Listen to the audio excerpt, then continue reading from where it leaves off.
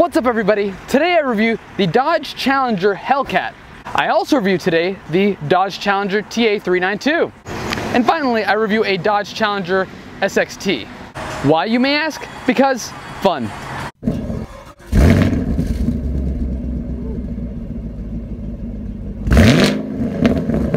Thank you so much to Seth and Mark at Schumacher Delray in Delray, Florida. If you're looking for an amazing vehicle, come to Schumacher Delray and see Seth or Mark.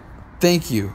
Now today's not going to be the most thorough of reviews because I am reviewing, well, 3 cars. I'm mostly going to drive them and go over basically what I enjoy about each car, from the base model all the way up to the fully loaded, most badass version of their car that they can drive. Now as far as the Dodge Challenger goes, there's many options to go from, and you don't always have to go straight to a Hellcat. I know everybody talks about the Hellcat and now with the Demon. Now there's other really great Challenger models, like the TA392, which we're about to go and drive. So like I said, this will not be a humongously thorough review. This is just gonna be a fun drive between the 3 cars. So without further ado, let's begin.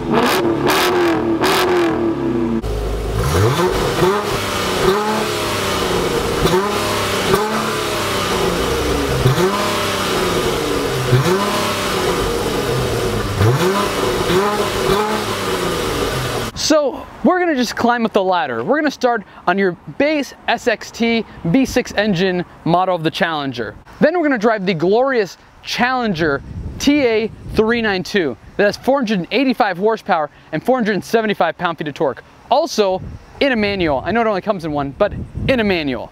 And then to finish it all off, we're gonna drive the Challenger Hellcat. And then when we're done with all that, I'm gonna go in the air conditioner because it's so hot outside and it's Florida.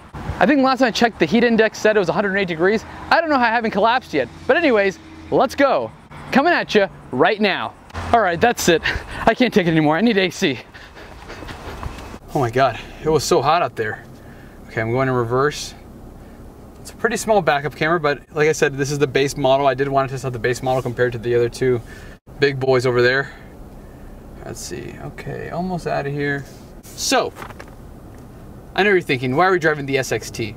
Well, to be honest, it's just really to go and show a comparison on, your average car, showing it to really these big, huge horsepower, 392 and the Hellcat, and really showing this car that actually, it's got a pretty good amount of horsepower. I mean, this has a V6 engine, and it has 305 horsepower and a 268 pound-feet of torque, which you gotta think in comparison. Last week I reviewed a Subaru STI, and that had 305 horsepower. Just like this car.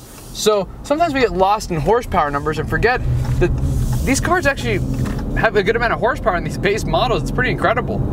Now it does have a 0 to 60 time in 6.2 seconds, which is not great. However, it's a heavy car. It's definitely heavier than the STI. Now when you sit in the car though, I mean, you have actually a nice beefy steering wheel, nice tachometer.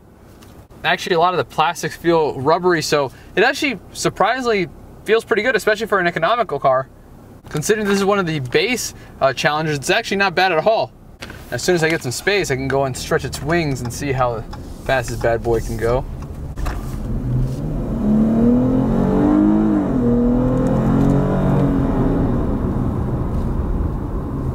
Not bad. It's not bad, actually. Okay, on to the next car. Time to level up. Woo! Now that is more like it. Instant notice in the sound of the car. I mean, oh my God. This one has a 6.4 liter V8 engine. Now this car is actually derived from the 70s TA. Now, between this and the Hellcat, there's not that many differences besides the engine, which is a 6.4 liter V8 engine, and the Hellcat has a 6.2 liter supercharged V8 engine. Also, another difference is the suspension. Now besides that, you get the same 6-piston Brembo brakes. You also get the same size wheels. You also get the same size all-season tires with the optional summer tires. Now the difference though is this has ventilated seats, and in Florida that is needed.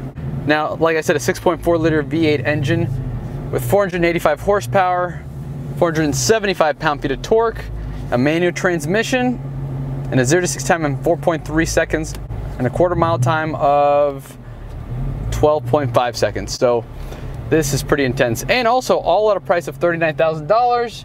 You really can't beat that.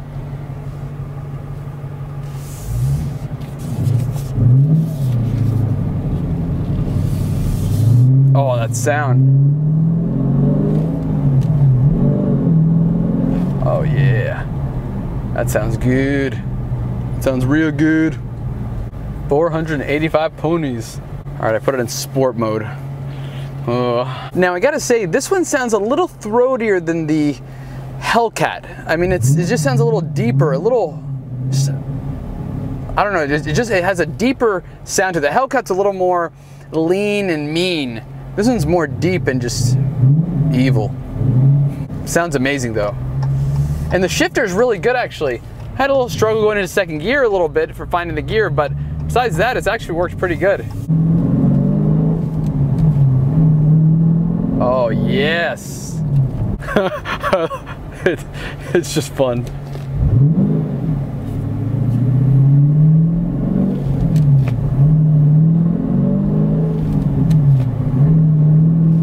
Oh, it's so smooth. That's one thing is that it's different, is that this car feels smooth, and it's all about muscle cars. They have kind of that like just nice and smooth suspension. Oh, and that sound. Also, I really like this white tachometer look, the white with the red. It looks pretty cool. I also like they have a digital speedometer on there as well. Come on, Land Rover, get out of my way. I've got 485 horsepower right behind you. Get out of my way. Yeah, that's right. Tell him. You tell him. Now, like I said, this one does a 0 to 60 time in 4.3 seconds, and the Hellcat having a 3.6 seconds. Now, that is a big difference, but it's not that big in the grand scheme of things. Oh, all the sounds it makes. Oh man, I really miss a V8, especially it's naturally aspirated, so you get that instant response and it just feels so nice. You know, and especially in a time where everything's moving towards turbocharged 4 cylinders and turbocharged 6 cylinders, you know, you don't really like enjoy a naturally aspirated V8 engine. It's so refreshing. Here we go.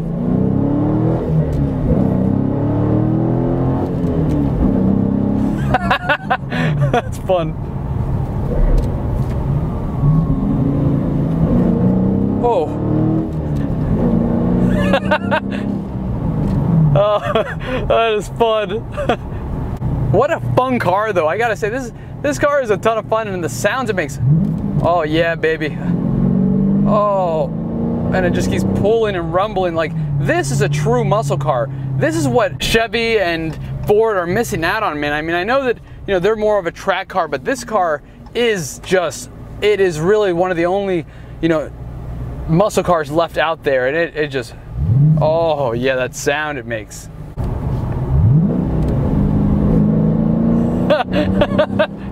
Okay, that's fun. I mean, that's a ton of fun. I mean, how much more fun do you need? I mean, unless you want to get a Hellcat, which actually, now that I say that, all right, we are now in the Hellcat.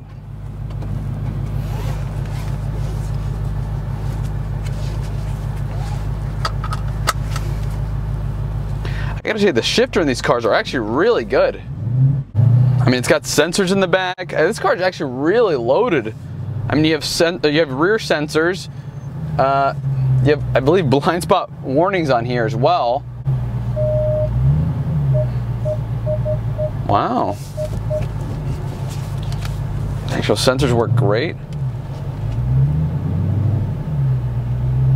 This is such a big car.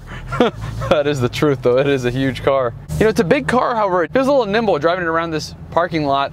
You know, it definitely feels nimble. Now, you all know that the Hellcat also has the infamous black key and red key. So you have the black key that gives you 500 horsepower, and then you have the red key that gives you the 707 horsepower. That's amazing. That's more power than the TA 392.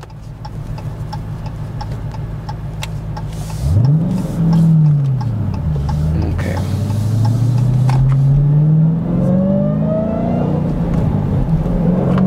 Oh my goodness, you gotta be kidding me. That is amazing. I'm not even going fast. You don't even have to go fast with this car to have fun. I mean, this is something you could literally drive around town, not go that fast, and still have a lot of fun. Yeah, the best way to describe this car is that it's addictive. It's not like the other one that I drove, the 392. Obviously, I'm not going to even mention the SXT because that was just for fun, really.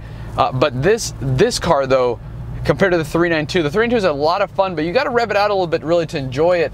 This car, you can drive it and not even accelerate fast, but just knowing what kind of power you have available to you is just amazing. I can't really explain the feeling. I mean, come on. It's just everything it does, it's just fun. You're just having a good time driving this car. So, you all know it has 707 horsepower and also 650 pound-feet of torque. I gotta say, I know I said it already, but this shift knob is really good and this clutch is very, very responsive.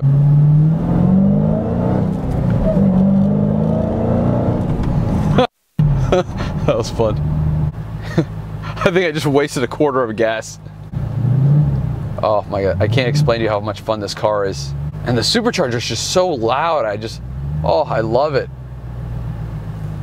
I mean, I know everybody's so excited about the Demon, but this car is still plenty. I mean, come on.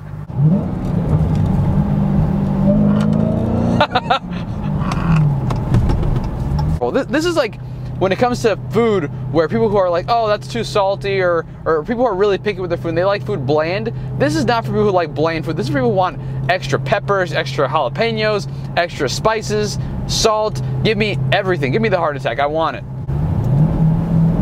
And I want it. Oh. Oh my God. Okay. I think I've had enough fun. I gotta take this car back before I get a ticket. Oh my goodness. What a gem. This is such a gem. I love it. Love you. Mwah. Oh my God. I want it. So, in conclusion, they're all great cars.